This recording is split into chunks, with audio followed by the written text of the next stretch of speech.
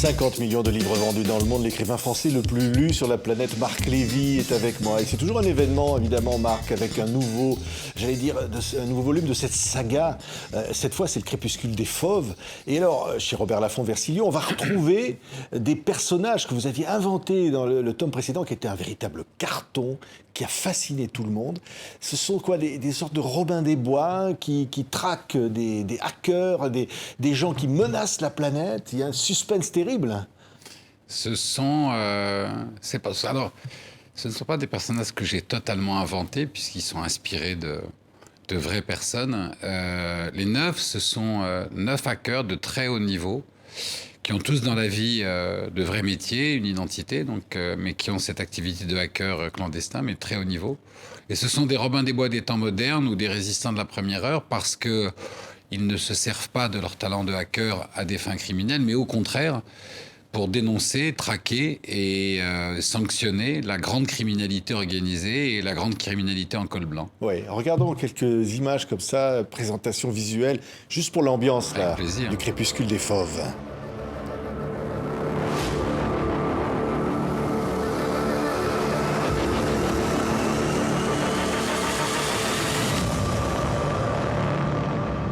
Donc on comprend bien, Marc, ça se passe aux quatre coins de la planète. Oui. Les personnages ont tous des professions différentes. Ils vont quelque part se retrouver sur ce chemin. Oui, alors ils ont effectivement chacun des métiers. Caterina est professeure de droit à Oslo, Diego tient un restaurant à Madrid, Cordelia travaille dans une agence de sécurité à Londres, etc., etc. Et ce qu'ils ont de particulier, c'est que ce sont depuis 10 ans les meilleurs amis du monde. Ils font des coups ensemble depuis 10 ans. Ils ont une complicité, une fraternité énorme, mais pour des raisons de sécurité, ils ne se sont jamais rencontrés.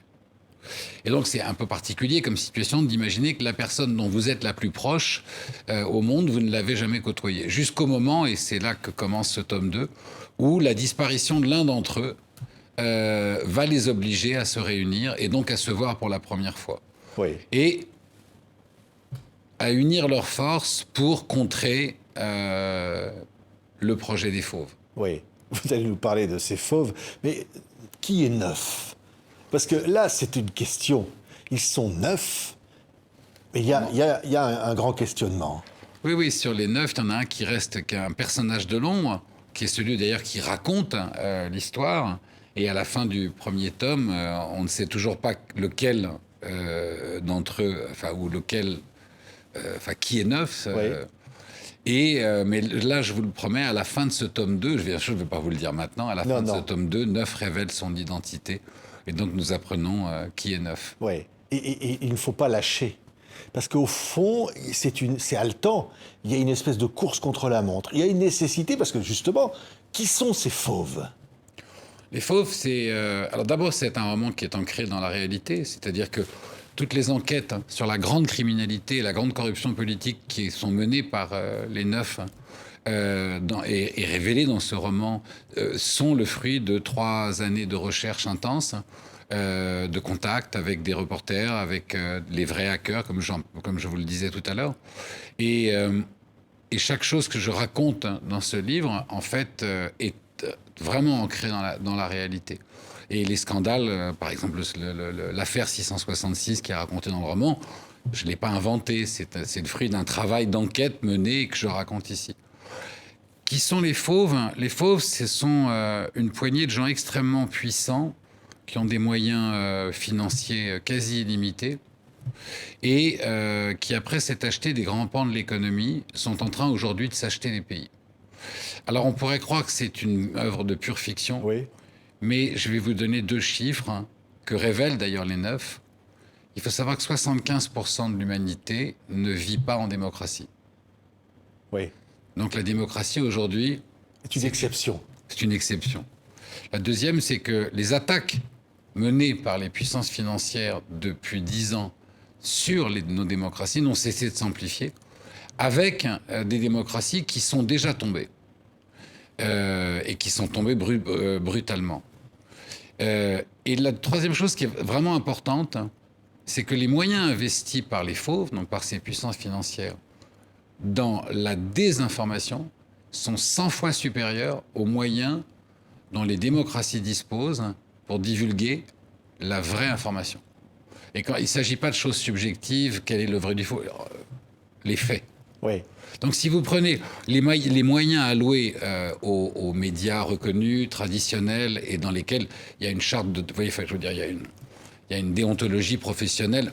Ici, sur TV5 Monde, quand vous faites un journal télévisé, si vous vous trompez dans une information, involontairement, vous allez, dès l'erreur reconnue, vous allez faire un rectificatif en disant on a annoncé ça, on s'est trompé. Donc, il y a dans le monde, heureusement, des sources d'information dites fiables et qui ont une information crédible, reconnue et légitimisée. Eh bien, les moyens investis dans la désinformation des populations, c'est-à-dire en fait dans la manipulation, sont 100 fois supérieurs. Oui. Donc c'est un combat que mènent les démocraties contre une maladie qui a eu des effets aux États-Unis récemment dévastateurs. On a vu dans des mouvements peut-être d'extrémistes qui prolifèrent aux États-Unis. Absolument. Mais qui font qu'aujourd'hui vous avez 35 millions d'Américains qui vivent dans une réalité parallèle et qui vivent en vase clos dans des réseaux d'information qui les abreuvent de fausses informations, mais extrêmement bien conçues, et donc qui les rendent extrêmement crédibles et auxquelles ils croient vraiment. Mais ça veut dire qu'au fond, ce combat, ou plutôt cette guerre, ne peut être gagné que s'il y a des Robins des Bois, c'est-à-dire comme ça, se dire au fond, il peut y avoir des individus comme ça qui vont affronter les monstres, si on peut dire. Je dirais que la sauvegarde de nos démocraties, elle passe aussi par une prise de conscience à l'échelon individuel. Vous voyez, on est tous des résistants potentiels. Le meilleur exemple que je pourrais trouver, par exemple, c'est la façon dont on a réagi quand, à un moment donné, l'industrie agroalimentaire inondait les rayons de produits de très mauvaise qualité et dont les contenus n'avaient rien à voir avec ce qu'il y avait sur la photo. Et puis des gens se sont mis à enquêter sur les dessous de l'industrie agroalimentaire. Les scandales sont sortis. Les lanceurs d'alerte, les journalistes ont fait leur travail. Et les consommateurs ont réagi. Et de ce fait, c'est la réaction des consommateurs qui a fait que, plus la justice, qui ont fait que, suite à certains scandales agroalimentaires, vous voyez, les règles ont changé. Et aujourd'hui, on regarde ce qu'il y a derrière une étiquette. Oui. Il va arriver un moment où ces lanceurs d'alerte, ces gens qui prennent des risques énormes pour nous informer et pour dévoiler la corruption, vont éveiller en nous une conscience. Ce qui est en train de se passer aujourd'hui sur des grands réseaux sociaux, Facebook, qui aujourd'hui est l'organisation l'organisme de propagande et de désinformation le plus grand que l'humanité ait connu, plus les gens vont être informés, plus les gens vont commencer à comprendre que le vol systématique de leurs données, la confiscation de leurs données les plus personnelles, ces poussières d'étoiles que l'on délaisse, n'est pas si innocent que ça. Ça veut dire que a des conséquences. Facebook est un fauve. Oui. Je le dis, je pense que Facebook est une des entreprises les plus toxiques du 21e siècle, jusqu'à ce jour, et d'une toxicité dont on commence seulement aujourd'hui à mesurer les effets. Oui.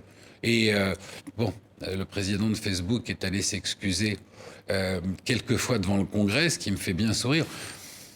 La fortune de Mark Zuckerberg s'élève aujourd'hui à 100 milliards de dollars. Oui. La marchandise de Mark Zuckerberg, c'est l'être humain, c'est nous. Oui. C'est vous, c'est moi. On est sa marchandise. Derrière, c'est un mur d'argent face à, j'allais dire, des êtres qui n'ont rien d'autre que leur conviction. C'est ça, en soi, que ce sont des Robins des Bois. Oui, mais en même temps, comment vous dire, pendant très longtemps, on a cru, par exemple, que je dirais, ces fameux cookies, vous voyez, qui ont des gentils noms de petits gâteaux, le fait qu'on nous prenne des données, c'était pas très grave, le fait qu'on nous surveille, vous savez, il y a ce vieux dicton, si on n'a rien à cacher, après tout. Et très peu de gens savaient que des entreprises engrangent des centaines de millions de dollars par an pour agréger toutes les données qui sont collectées sur chaque individu et pour reconstituer ces données, pour faire un profilage qui ensuite est lui-même revendu en bloc à des entreprises qui vont utiliser notre profil psychologique. Alors, pendant très longtemps, on a dit à des fins publicitaires, jusqu'au jour où une équipe de journalistes extrêmement qualifiés a révélé le scandale de Cambridge Analytica.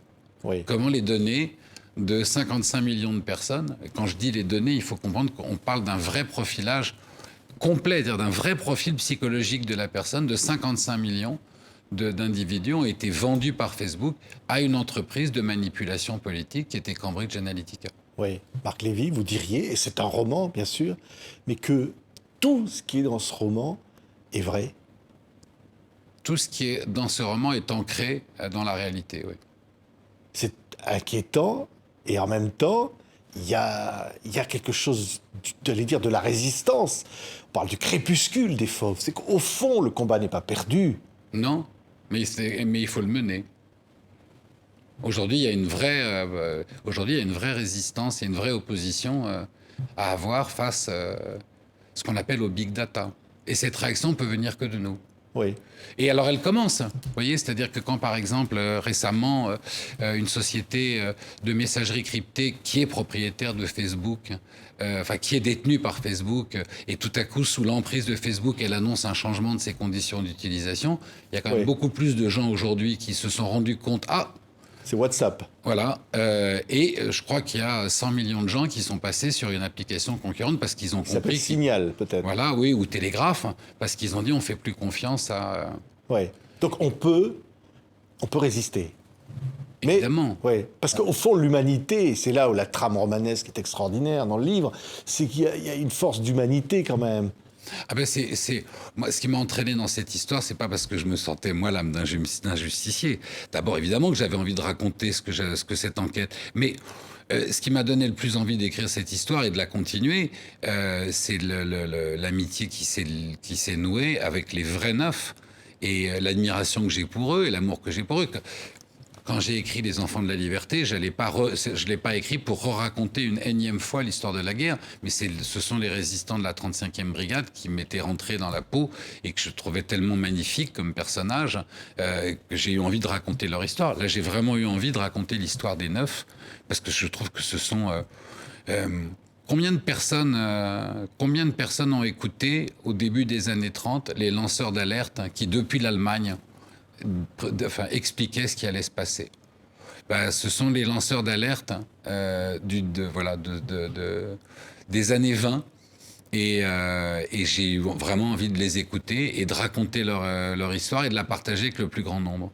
Merci Marc Lévy, c'est Haletant, voilà, c'est le bouquin qu'on ne peut plus lâcher, Le crépuscule des fauves chez Robert Laffont-Versilio. Merci infiniment Marc pour ce nouveau livre. Merci Marc Lévy.